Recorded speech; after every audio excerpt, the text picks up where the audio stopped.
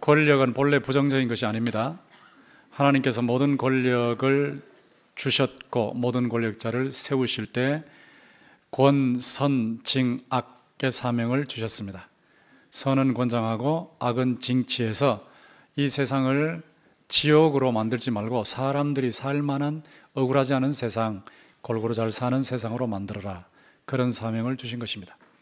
그러나 인간이 부패하기 때문에 권력은 부패한 인간이 잡을 때에 부패해지는 속성이 있습니다. 권력은 부패하고 절대 권력은 절대 부패한다는 말이 인간의 부패성 때문에 그렇습니다.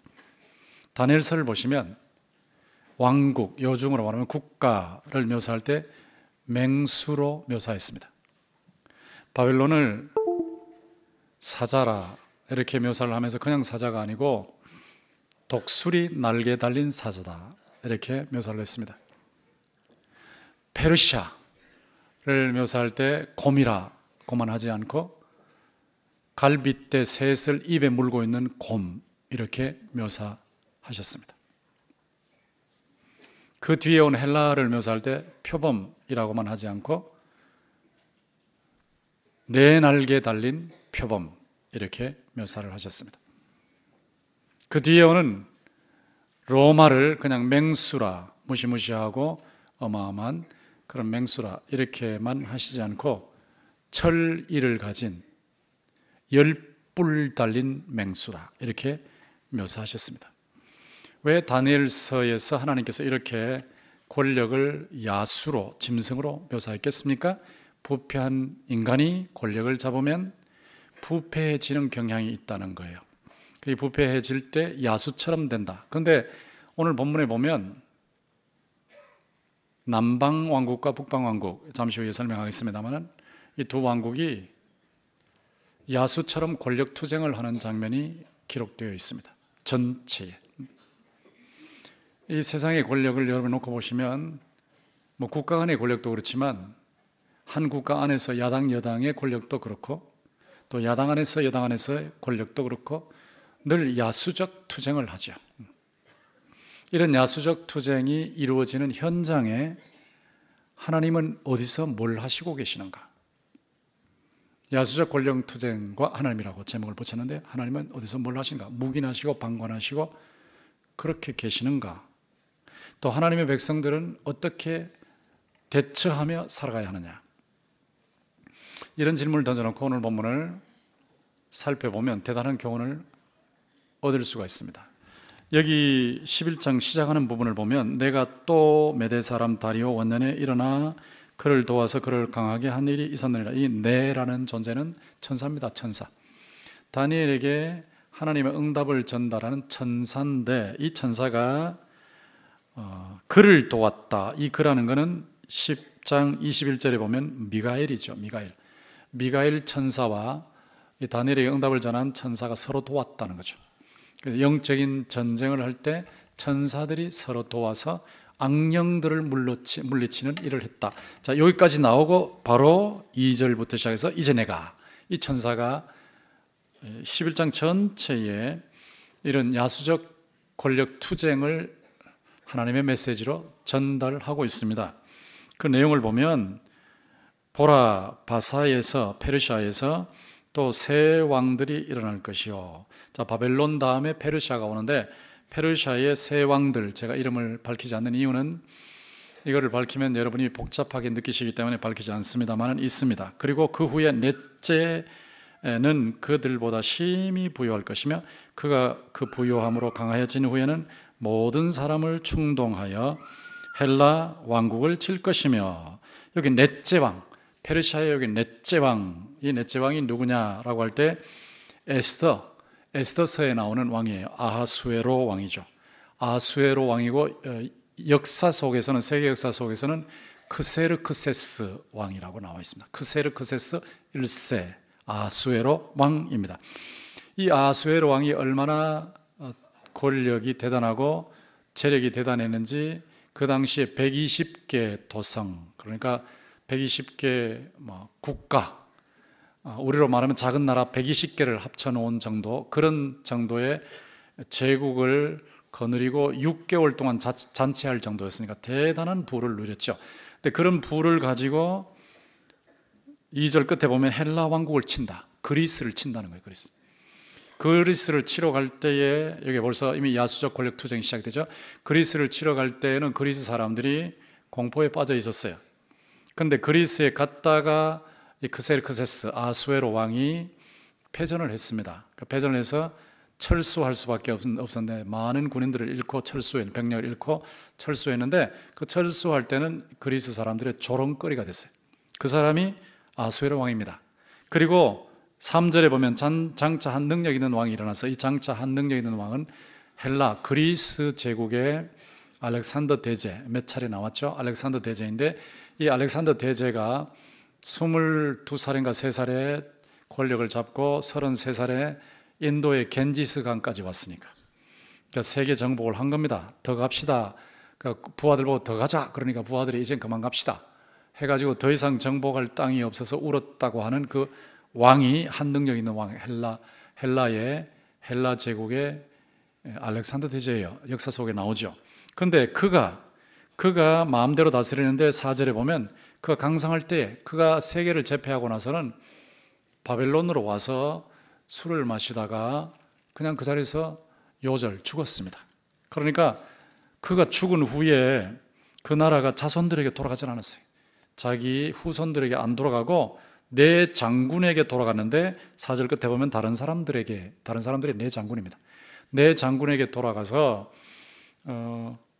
그 헬라 왕국이 내 왕국으로 제국의 내 제국으로 분할 통치가 됐어요. 그런데 뒤에 나오는 5절부터 보시면 남방 이렇게 나오죠. 남방이 그 네 장군 중에 하나인 톨레미 장군이 다스렸던 이집트입니다. 그리고 꾸준히 계속 나오는 북방이 있죠. 북방은 시리아, 셀루시드라고 하는데 시리아입니다. 시리아. 이집트가 그 당시에는 얼마나 컸냐면 옆에 있는 리비아하고 이디오피아까지 다 포괄하고 있었으니까 굉장히 넓었죠. 큰 영토를 차지하고 있었고 위쪽으로 올라가면 시리아, 지금의 시리아 정도가 아니고 이란, 이라크를 다 커버하는 옛날에 바벨론 제국의 큰 부분을 차지했던 그런 시리아입니다. 그런데 이 남방 이집트하고 북방 시리아 사이에 계속 전쟁이 되는데 이게 45절까지 가요. 45절. 그래서 제가 어떻게 하나님이 이런 기록을 하셨을까? 제가 다니엘서 이제 금주하고 다음 주 하면 강의를 끝내는데 한 장씩을 강의를 하는데 이 45절이나 되니까 강의 준비하는데 너무 힘들다. 아이고 왜 이렇게 부담스럽다. 그게 아니고 어떻게 이렇게 45절에 걸쳐서 야수적 권력 투쟁, 이 전쟁을 기록하셨을까? 이게 아주 굉장한 질문이었습니다. 보통 사람이 기록한다면 그냥 남방 왕과 북방 왕이 뭐 대대로 끊임없이 싸웠다 이러면 끝날 걸 가지고 왜 이렇게 45절에 걸쳐서 자세하게 기록을 하셨을까? 이거는 세계의 모든 사람들과 하나님의 백성들에게 이 권력의 본질을 알아라, 권력의 부패한 본성을 좀 깨달아라 하는 것이죠. 특별히 하나님의 백성들이 권력의 부패한 속성을 알아야 된다는 뜻이 있습니다. 지루할 정도로 반복되는 이런 권력 투쟁을 그냥 기록해 놓은 것은 이 세상이 어떻게 돌아가는지를 알아라는 거죠. 뭐 정권만 바뀌면 굉장히 좋아질 것이다. 그런데 일시적으로 좋아지죠. 또 다음에 또 바뀌면 일시적으로 좋아지는 것 같죠. 그런데 또다시 막 그 안에 싸움이 일어나고 우리가 원하는 대로 안 가는 경우가 참 많이 있습니다. 이런 것들을 빨리 파악하라는 거예요. 빨리. 세상의 권력, 세상의 국가에 너무 의지하지 말고 너무 희망을 걸지 마라. 예수님께서 말씀하실 때에 제자들을 보내실 때에 내가 너희를 보내는 것이 이리떼 속에 양들처럼 보낸다. 이리떼가 울거리고 있는데 양들이 가면 뜯어먹지 않습니까? 세상이 그렇다는 거예요. 세상이 그렇다는 것을 하나님의 백성들이 잘 알아야 되거든요. 이걸 모르니까 자꾸 당하는 거예요. 밖에 나가서 친한 사람 뭐 돈 빌려달라고 하면 돈 빌려주고 뭐 해달라고 하면 약속을 하면 막 대단한 줄 알고 했는데 그냥 뛰어들어갔다가 그냥 쫄딱 망해서 다 재산 다 날리고 그야말로 패가망신하는 경우가 얼마나 많습니까? 예수 믿는 사람들이 그렇게 당하면 안 되거든요. 이 세상에 사는 동안에 현실을 정확하게 알아서 당하지 말고 선도를 해줘야 되는데 당하는 경우가 많이 생기니까 이렇게 자세한 묘사를 하나님께서 하신 것이에요. 그런데 여기 이 5절부터 시작해서 20절까지 쭉 내려가는 묘사를 제가 보니까 이집트와 시리아의 전쟁인데 제가 주석을 놓고 보니까 이름이 다 나와 있어요. 그래서 이집트 왕국과 시리아 왕국 사이에 왕들의 이름이 쭉 나오고 절이 다 나옵니다. 그래서 제가 이거를 일일이 설명할 수 없으니까 도표 하나로 저렇다 하고 보여드리려고 그래요. 이집트 왕국이 나오는데 톨레미 왕국이고 시리아 왕국이 실루시드 왕국이죠. 근데 저기 보세요. 이집트 왕국은 톨레미 1세부터 시작해서 6세까지 쭉 내려가지 않습니까? 연대가 나오죠. 그리고 오른쪽에 보면 괄호 속에 절이 나오죠. 여기 나오는 절이 있단 말이죠. 여기 정확하게 붙여놓은 겁니다. 오른쪽에 보면 시리아 왕국이 나오는데 실루쿠스 1세부터 쭉 내려가고 안디오코스 1세부터 쭉 내려가지 않습니까? 4세까지 내려가죠. 거기도 연대가 나오고 또 옆에 절이 나오죠. 이게 그렇게 이 인물들을 가리키는 거란 말이에요. 그런데 이거를 놓고 성경 해석하는 주석하는 사람들 중에 믿음이 없는 사람들, 믿음이 없다는 것은 하나님께서 예언을 하셨을 리가 있나? 다니엘이 이거 받은 예언인데 하나님으로부터 받은 예언인데 한 200년 후에 있을 일을 미리 받은 건데 다니엘이 이거 받았을 리가 있나? 다니엘 말고 딴 사람이 역사가 지나가고 난 후에 예언의 형식으로 그걸 소위 유사 예언이라고 하는데 유사 예언으로 기록한 것이지 quasi prophecy로 기록한 것이지 이건 실제 예언이 아니다. 이렇게 예언을 부인하는 사람들이 있는데 이건 믿음이 없어서 그런 겁니다. 하나님은 아무것도 없는데 무로부터 말씀으로 우주 만물을 창조하신 분이에요. 하나님께서 흙으로 사람을 지으시고 그 속에 생기를 불어넣으셔서 생명체 여러분 같은 존재를 만드셨어요. 하나님께서 우주 만물을 창조하시고 인간을 창조하시고 창조만 하실 뿐만 아니라 죽은 자도 살려내시는 분이시기 때문에 이런 하나님이 왜 예언을 못 하시겠어요? 미래에 있을 일을 다 아시거든요. 전지하신 분이시니까. 전지하신 하나님을 믿으면 얼마든지 믿을 수 있거든요. 저는 여기 있는 내용이 역사적인 사실이고 역사가 이루어지기 전에 미리 하나님께서 다니엘에게 전해주신 예언임을 믿습니다. 구체적인 예언입니다. 미리 예언하신 거예요. 그런데 이게 이렇게 정확한 거예요. 이렇게 구체적이란 말이에요. 그러니까 이 정도 되면 하나님 외에 믿을 존재가 어디 있습니까? 정말 이분은 믿을 수 있다. 이렇게 결론 내릴 수 있잖아요. 하나님만 정말 믿을 수 있다는 결론이 나지 않아요? 그것을 하나님께서 보여주시는 건데 여기 한 예만 제가 들어보겠는데 6절에 보시면 11장 6절에 보시면 몇 해 후에 그들이 서로 단합하리니 그들이라는 건 남방왕과 북방왕이에요. 남방왕과 북방왕이 서로 단합을 하는데 뭘 통해서 단합하느냐 하면 남방왕의 딸이 북방왕에게 와서 화친하리라. 정략 결혼한단 말이에요. 정략 결혼. 이 남방왕이 톨레미 2세고 북방왕이 안디오코스 2세인데 이 두 사람이 서로 정략 결혼을 통해서 화친해요. 평화조약을 맺어요. 딸이가 있고 또 사이가 있으면 서로 싸우지 않고 잘 지내겠다 이렇게 생각하지 않아요? 그러니까 그것을 위해서 이렇게 정략 결혼을 시켜서 이게 좀 될 거라고 생각했는데 6절 밑에 보세요. 그러나 그 공주의 힘이 쇠하고 그 왕은 서지도 못하며 권세가 없어질 뿐 아니라 그 공주와 그를 데리고 온 자와 그를 낳은 자와 그때 도와주던 자가 다 버림을 당하리라. 여기 공주가 누구냐? 이집트의 공주가 베레니스라는 공주라고요.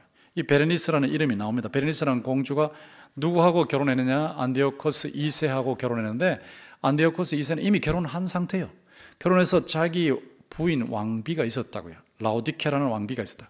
왕비가 있는데 이집트에서 또 왕비가 들어오면 왕비 간의 싸움이 얼마나 심하겠습니까? 그래서 그 사이에 싸움이 심하니까 암투도 있고 막 바깥으로 드러난 투쟁도 있고 그러다 보니까 라오디케라고 하는 그 전처가 왕비가 음모, 꼼수, 계략, 책략을 꾸며가지고 그래서 베르니스가 꼼짝 못하게 만들었어요. 그래서 이집트에서는 베르니스하고 그 아들하고 그 신하들을 전부 다 처치해버린 겁니다. 그러니까 정략 결혼하면 잘 될 줄 알았는데 결국은 다 끝나버린 거예요. 화친조약도 깨져버리고 또 싸움이 시작되는 거거든. 이게 인간 세계입니다. 인간 세계. 인간 세계 여러분 뭐 지금 무슨 동맹 어쩌고 또 무슨 또 정상회담이 어쩌고 저쩌고 그러죠. 안 하는 것보다 나을 수 있겠지만 그러나 그거 절대적으로 믿을 수 있는 거 아니에요. 언제 무슨 일이 날지 모르고 또 깨면 또 깨져버리는 거거든. 이게 인간 세계라고요. 야수적 권력 투쟁이 일어나는 세상이다. 그런데 6절에 나오는 대로 안디오코스 2세, 또 톨레미 2세, 베르니스, 라오디케 또 다 죽이고, 이런 걸 보면 이렇게 정확하단 말이에요. 수백 년 전의 일을 이렇게 정확하게 예언을 해주셨기 때문에 이런 분을 우리가 믿지 않고 누구를 믿겠습니까? 이분이 하나님이시거든요.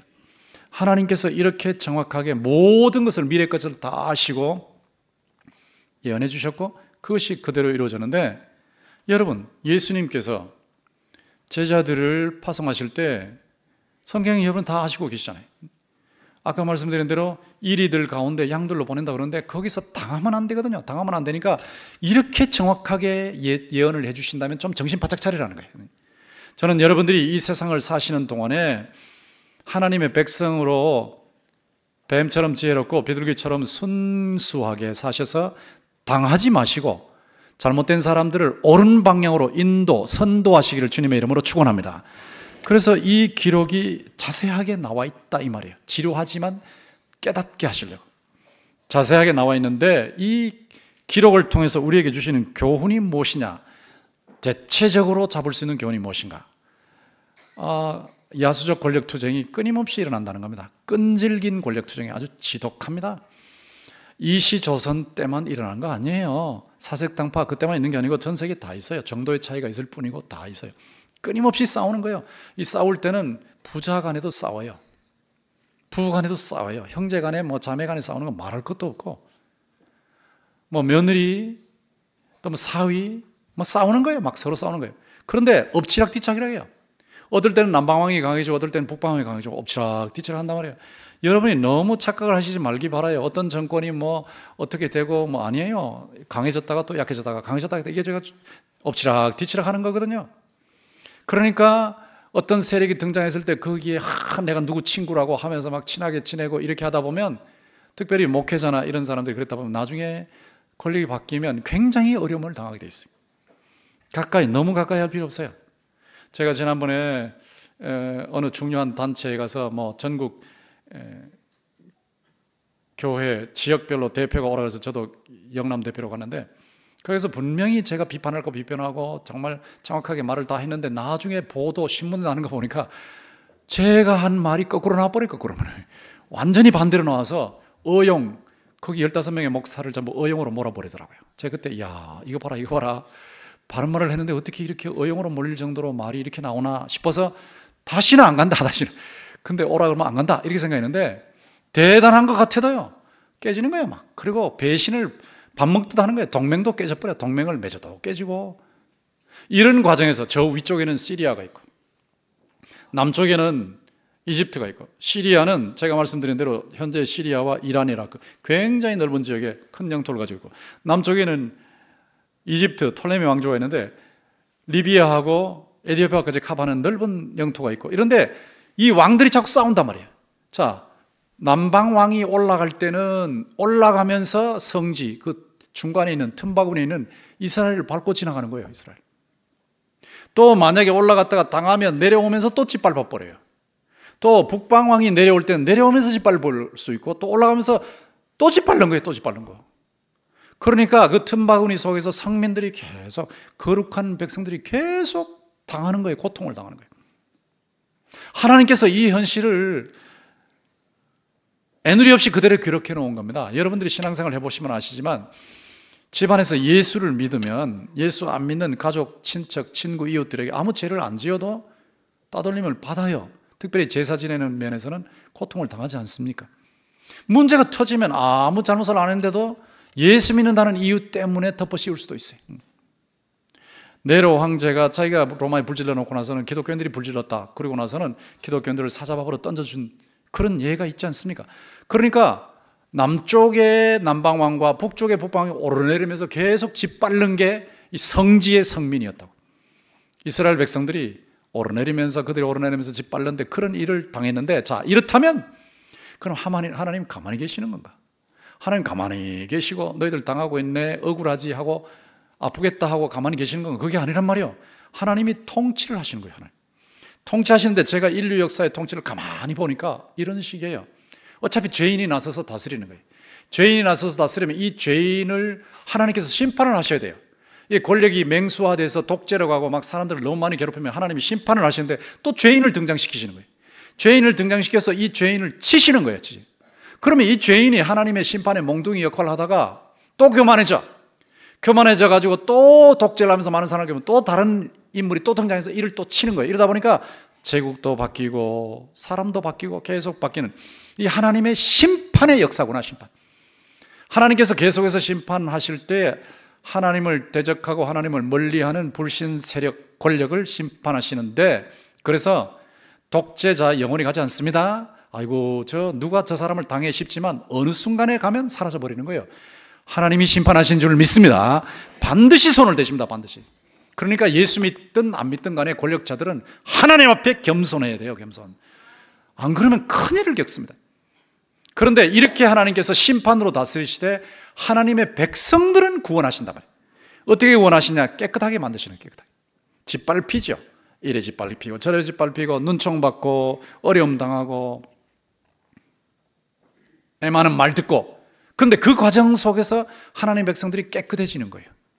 용광로 속에 집어넣은 그 금속이 불순물이 빠져나가는 것처럼 이 세상을 사시는 동안에 불순물이 하나씩 둘씩 빠져나간다. 빠져나가서 하나님만 의지하는 사람, 이 세상 믿을 거 없네, 하나님만 믿어야지. 그리고 세상 사람들 내가 미워하지 말고 하나님 말씀대로 사랑해야 되고 저들을 또 협력해야 되고 복음을 전해야 되고 그렇게 해야지 하고 이렇게 깨끗한 하나님의 백성으로, 하나님의 다스림을 받는 하나님의 백성다운 백성으로 하나님이 만들어 가시는 이 재련 작업을 하세요. 그래서 여러분이 신앙생활을 꾸준히 하시다 보면 세월이 지나는 동안에 점점 깨끗해져요. 주의 다스림을 제대로 받으시면 점점 맑아져요. 점점 깨끗해져서 하나님의 백성다운 백성이 되고 이 다니엘 같은 사람이 돼서 선명한 신앙을 갖게 되고 참신한 영향을 미치게 되고, 그러니까 이 작업을 하나님께서 하시기 때문에 이것은 구원의 다스림이에요. 하나님께서 불신 세력은 심판으로 다스리시고 하나님의 백성은 구원으로 다스리시는데 모든 것을 합력해서 선한 결과를 이루시는 통치를 하시는 줄 믿습니다. 이렇게 통치하실 때 여러분 세상만 보면 실망하지만 보이지 않는 대통령이 계시거든요. 천국 대통령. 우리를 위해서 자신의 생명을 십자가에 내어주신 대통령, 우리를 위해서 제3일에 부활하신 대통령, 모든 것을 삼력해서 선을 이루시는 대통령, 우리의 머리칼까지도 세시고 신음소리도 들으시면서 일을 하시는 대통령, 천국 대통령 예수 그리스도, 그분이 다스리시고 계시거든요. 보이지 않지만 지금도 다스리고 계시고, 멀지 않는 장래에 예수님께서 이 세상에 재림하셔서 하나님의 왕국 천국을 완성하시는 거예요. 그때는 야수적 권력 투쟁 없어요. 그 세력들 이미 다 꺾여버렸으니까. 없어요. 눈물이 없어요. 한숨이 없어요. 다툼이 없어요. 아픔이 없어요. 죽음이 없어요. 질병이 없어요. 여러분이 이 세상에서 바라는 모든 좋은 것의 최상, 최고, 지상, 이상, 그것이 현실로 나타날 줄 믿습니다. 거기서 여러분은 예수 그리스도의 다스림을 영원히 받으시면서 최고의 복, 파라다이스에서 최고의 복을 누리신단 말이에요. 그러니까 이 역사 속에 일하시는 하나님을 볼 때 여기까지를 보셔야 된단 말이에요. 여기까지. 이걸 안 보시면 낙심하고 절망하고 좌절하고 꺾이고 뭐 끝난 것처럼 생각하고, 그게 불신앙이에요. 여러분 삶을 놓고 보면 소원하는 것이 이루어지지 않을 수도 있고 희망이 사라질 수도 있고 낮은 오지 않고 밤뿐인 것 같기도 하고 터널 뿐인 것 같기도 하고 속이 막 조마조마하기도 하고 답답하기도 하고 터질 것 같기도 하고, 그렇지만 현실이 아무리 여러분 눈으로 볼 때 어두워 보여도 여러분을 사랑하시는 천국 대통령 예수 그리스도께서 다스리시고 계심을 믿습니다. 하나님은 절대로 실수 안 하세요. 예수 천국 대통령 예수 그리스도의 통치에는 실수라는 게 없어요. 해보니까 잘못됐네 고치자 이런 게 없어요. 완벽한 이상적인 통치를 하시고 계시기 때문에 그 사실을 여러분들이 믿으면 이 어두운 세상을 지나가면서도 밝게 사는 거예요. 밝게. 희망을 잃지 않고 이 세상에 영향을 미치는 여유를 가지고 살 수 있게 되는 것입니다. 그런데 이 야수적 권력 투쟁 중에 극치가 나타나요. 조금 전에 말씀드린 건 패턴이에요, 패턴. 이런 식의 현상이 어디나 나타난다는 거고, 지금 극치 최고의 절정이 나타난단 말이에요. 이 최고의 절정이 21절부터 시작해서 45절까지인데 이걸 제가 다 설명할 수는 없죠.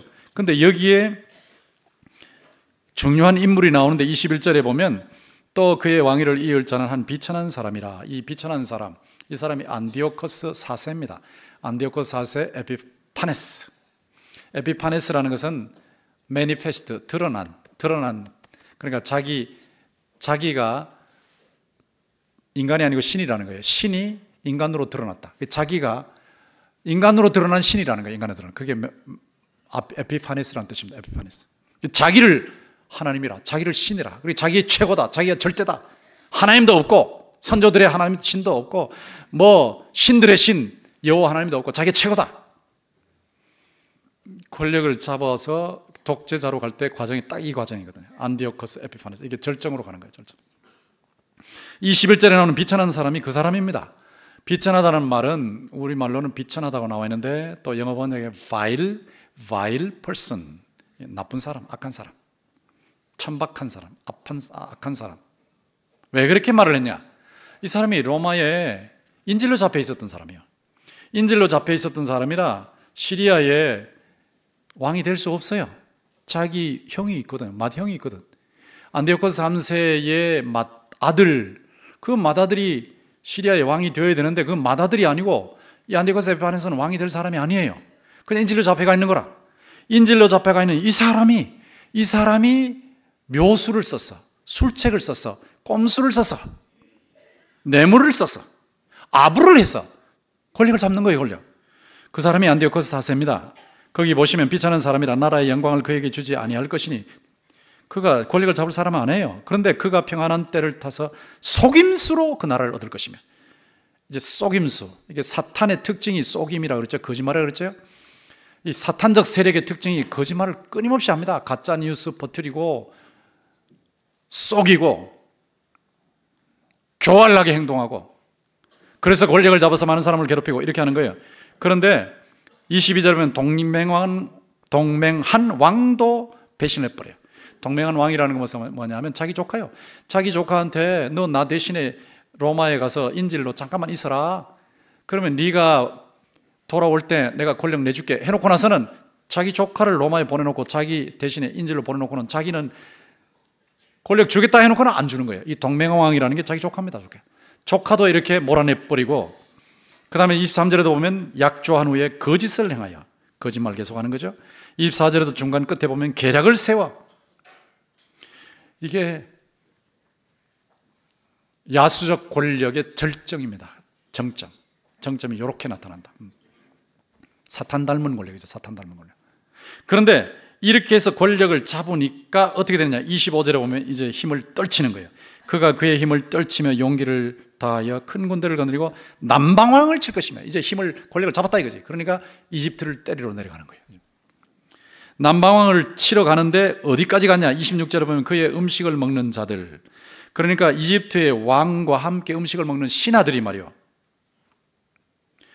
그 안디오코스 에피파네스의 뇌물에 쏘가서 자기 나라의 왕을 배신하는 거예요. 이만큼 아주 능한 사람, 이 뇌물 계획의 계책, 꼼수에 능한 사람입니다. 이 안티오코스 에피파네스가. 그 다음에 27절에 보면 두 왕이 마음에 서로 해하고자 하여 한 밥상에 앉았을 때 둘이 서로 속으로는 해치는 거예요. 속으로. 그런데 겉으로는 한 밥상에 앉아 있어요. 겉으로는 한 밥상에 앉아 있는데 정상 테이블에 앉아 있는데, 정상회담 테이블에 앉아 있는데 속으로는 딴 생각하고 있다 이 말이에요. 이런 식의 안디오코스 에피파네스가 전쟁을 25절에 일으켜서 이집트를 공격을 하는데, 이렇게 공격하는 것이 또 29절에 나오죠. 작정한 기한에 그가 다시 나와서 남방에 이를 것이, 또 공격해요. 이집트를 공격하고, 그 다음에 40절에 보면 마지막 때 남방왕이 이제 남쪽에서 가만히 안 있고 힘을 겨루지만 북방왕이 병과 마병과 많은 배로 회오리 바람처럼 그에게 마주와서 그 여러 나라에 침공하여 물이 넘친같이 전할 것이고, 또다시 이 안디오코스 에피파네스가 또 공격하는 거예요. 자, 이런 식으로 하는데, 이렇게 공격을 하면서 약탈을 하는 겁니다. 약탈을 해가지고는 자기 재산을 쌓아나가고, 그리고 자기 따르는 사람들한테 나눠줘 버리고, 그리고 자기 권력을 강화시키고, 이렇게 하는 과정에서 어디까지 가는지를 한번 보시라고요. 어디까지 가냐 하면 이 30절에 보면 기띔의 배들이 이르러, 이 기띔의 배들이 로마의 해군입니다. 로마의 해군. 이집트가 당하니까 이집트가 속이 상해서 로마의 원군을 요청했어요. 로마의 원군을 요청하니까 로마의 배들이, 선박들이 내려와서 이 안디오코스 에피파네스를 물리쳐줬어요. 그리고 이 로마의 대사가 와서 어디까지 갔냐면 원을 딱 그려놓고 이 안디오코스 에피파네스를 그 안에 집어넣어놓고, 원을 그려놓고 그 안에 집어넣어놓고, 당신이 원에서 나오기 전에 항복해라. 항복할까요 말까요? 그러니까 모독을 당하도록 만들었어요. 안디오코스 에피파네스가 이집트에 갔다 로마 세력에 모독을 당한 거예요. 그리고는 올라오면서 이 화풀이를 어디 하냐? 이스라엘이 하는 거예요. 이스라엘. 그 화풀이를 이스라엘이 하는데 어느 정도 화풀이를 하냐? 31절에 보면 성소, 군대는 그의 편에 서서 성소 곧 견고한 곳을 더럽히며 성전을 더럽히고 매일 드리는 제사를 폐하며, 요즘식으로 말하면 예배도 못 드리게 하고, 멸망하게 하는 가증한 것, 제우스 우상을 성전에다 갖다 세워놓고 돼지 제사를 거기서 드리게 만들고, 그 다음에 32절에 보면 또 언약을 배반하고 악행하는 자를 속임수로 타락시키고 하나님 백성들을 타락시키는 거예요. 너희들 내한테 넘어와, 내가 돈 줄게, 권력 줄게 해가지고 그들을 넘어뜨리는 거예요. 이런 일을 하는데 어디까지 가냐? 36절에 보면 그 왕은 자기 마음대로 행하며 스스로 높여 모든 신보다 크다 하며 자기가 최고래, 최고. 에피파네스. 비상한 말로 신들의 신을 대적하며 하나님한테까지 대들어요. 참 하나님, 여호와 하나님한테까지 대들어요. 그 37절에 보면 모든 것보다 스스로 크다 하고, 이게 하나님에게까지 대드는 거예요. 하나님까지. 이게 정점입니다. 정점. 권력이 부패할 때 마지막에 나타나는 현상이 뭐냐 하면 하나님 앞에 대드는 거예요. 하나님 앞에. 제가 계속 경고하잖아요. 어떤 권력이든 전 상관없어요. 어떤 권력이든 기독교를 박멸하고 하나님을 대적하고 하나님의 백성들이 예수를 믿지 못하도록 합법화해서 하려고 하면 그 권력은 반드시 하나님이 손을 대실 줄 믿습니다. 여기까지 간단 말이에요. 사람이 높아져도 하나님까지 가면 안 되잖아요. 그만해도 하나님한테까지 올라가면 안 되잖아요. 하나님한테 대들면 안 되잖아요. 우주 만물을 창조하신 분이신데, 심판하시는 분이신데 이 하나님에게 대든다, 말이 안 되거든요. 안디오코스 에피파네스가 거기까지 간 거예요. 거기까지. 이 모습이 적 그리스도의 모습이에요. 적 그리스도. 적이라는 건 그리스도에게 대적한다는 뜻이죠. 그리스도에게 대적하는 적 그리스도를 미리 하나님께서 보여주셨어요. 이렇게까지 나쁜 짓을 하는데, 이렇게까지 나쁜 짓 하는 적 그리스도, 그가 자기는 인간이지만 신이 내려왔다, 그렇게 말을 했죠. 예수님이 누굽니까? 하나님이 인간으로 오신 거예요. 하나님이 인간으로, 하나님의 아들이 하나님의 아들 하나님이 인간으로 오셨어요. 그러니까 나타난 하나님이죠. 인간으로 나타난 하나님이 예수님이라. 근데 예수님 흉내 낸단 말이에요. 예수님 흉내를 내는 안디오코스 에피파네스, 그리고 예수님 흉내 내면서 예수 믿는 모든 사람들이 예수를 믿지 못하게, 하나님을 대적하고 하나님이 세우신 천국 대통령을 대적하고 하나님의 백성들을 꼼짝 못하게 만드는, 자, 이런 상황. 이것이 야수적 권력 투쟁의 마지막 단계입니다. 마지막 단계. 그렇다면 우리는 어떻게 해야 될까요? 우리 하나님의 백성들은 어떻게 살아야 되겠습니까? 여기 33절 보세요. 백성 중에 지혜로운 자들이 많은 사람을 가르칠 것이다. 지혜로운 자, 이들이 바로 하나님의 참된 백성이에요. 이런 권력이 등장하면, 안디오코스 에피파네스 같은 권력이 등장하면 예수 믿는 사람들도, 요즘식으로 예수 믿는 사람들도 그 사람 편에 속해버린단 말이에요. 그 사람 편에 속해서 배신도 해버리고, 하나님을 배신해버리고 배교해버리고 돈도 받아먹고 권력도 얻어버리고, 그런 사람들은 굉장히 지혜로워 보이죠. 근데 그 사람들은 지혜로운 사람들이 아니에요. 왜냐하면 그 권력은 하나님을 대적하는 권력이니까 지나가는 거예요. 심판받을 권력이에요. 심판. 그 권력에 그렇게 협력하면 안 되는데, 그렇게 협력을 하면서 따라가는 사람들은 지혜가 없는 사람들이고, 그런 권력을 안 따라가 하나님의 백성답게 바르게 사는 거예요. 누가 정말 지혜로운 사람이냐면, 우주 만물과 인간을 창조하시고 운행하시고 천국 대통령을 통해서 하나님의 나라를 완성하실 그 하나님 편에 서는 사람이 지혜로운 사람인 줄로 믿습니다. 지나가는 이 세력의 편에 드는 거 아니고 하나님 편에 서는 거예요. 하나님 편에. 하나님 편에 서는 사람, 그 사람이 지혜로운 사람이에요. 그리고 하나님의 말씀대로 사는 사람이 지혜로운 사람이에요. 지혜로운 사람들이 많은 사람을 가르친다. 많은 사람들에게 요즘식으로 하면 복음을 가르쳐요. 복음으로 사람을 살리고 키우고 저는 생명사역을 해요. 그들이 칼날과 불꽃과 사로잡힘과 약탈을 당하여 여러 날 동안 몰락을 한다. 그렇게 하면서 고통당할 수 있어요. 십자가로 고통을 당할 수 있어요. 그런데 지혜로운 자 몇 사람이 몰락하여 무리 중에서 연단을 받아 정결하게 되며 희게 되어서, 그렇게 고통을 당하지만 그 사람들이 연단받고 정결하게 되어서 하나님의 백성답게 사는 거예요. 말하자면 다니엘처럼 사는 거고, 다니엘 새 친구처럼 사는 거예요. 많은 사람들을 옳은 대로 돌아오게 만드는 그런 귀한 일을 하는 사람들로 하나님께서 정화시키시는 겁니다. 여러분들이 이런 말씀을 들으실 때 어떤 생각이 드세요? 이 적그리스도 예표인 이런 존재가 계속됩니까? 45절 보세요. 그러지 않습니다. 그가 장막 궁전을 바다와 영화롭고 거룩한 산 사이에 세울 것이나. 바다는 지중해고 영화롭고 거룩한 산은 시온산이요. 그러니까 지중해와 시온산 사이에 자기의 천막 궁전을 세워놓고 막 이스라엘 공격하는 거예요. 이스라엘 공격하고 성전을 모독하고 하나님 앞에 대들고. 그런데 끝입니까? 아닙니다. 그의 종말이 이르리니. 끝이 아니에요. 그의 종말이 이르리니 하나님께서 반드시 손을 대실 줄 믿습니다. 그의 종말이 이르니 도와줄 자가 없으리라. 하나님이 심판하시는데 누가 막을 수 있습니까? 결국은 하나님의 심판을 받게 된다. 이 세상이 야수적 권력투쟁이 일어나서 계속 이렇게 막 부딪히고 싸우고 물고 먹히고 물고 물리고 죽고 죽이고 이런 일이 일어나지만, 여러분은 이런 세상 속에서 낙심할 필요 없어요. 하나님이 여전히 다스리고 계시고 모든 것을 합력하여 선을 이루실 것이고, 그리고 예수님이 재림하시면 마침내 하나님의 왕국을 완성하실 줄 믿습니다. 그의 종말이 이르니 이 악한 세력은 반드시 끝난단 말이에요. 반드시. 그러니까 거기에 꺾이지 말고 끝까지 바로 사는 거예요. 큰 바다의 대양에 배가 한 척 있는데 앞에는 바위들이 있어요. 이게 막 폭풍 노도가 일고 밤이니까 이게 배가 그냥 바로 바위에 부딪힐 것 같아요. 타고 있던 사람들이 아이고 죽었어 이젠 죽었어 하고 죽음만 기다리고 절망 속에서 울부짖고 있는데 거기 타고 있던 승객 중에 한 사람이 내가 조종실 갔다 올게. 폭풍 노도 속에서 조종실 가는 거 힘들었죠. 그런데 막 이리 넘어지고 저리 넘어지면서 조종실까지 갔어요. 가서 문을 열고 보니까 조종사가 핸들을 잡고 있는 거예요. 핸들을 잡고 있는데 바위에 절대 부딪히지 않아요. 절대. 아무리 바람이 세게 불어도 절대 부딪히지 않아. 절대 부딪히지 않게 안전하게 조종하고 있는 모습을 봤어요. 그런데 그 얼굴을 보니까 그 조종사의 얼굴에 미소가 있었어요. 그분이 천국 대통령 예수 그리스도이십니다. 어떤 일이 나도 그분이 잡고 계시거든.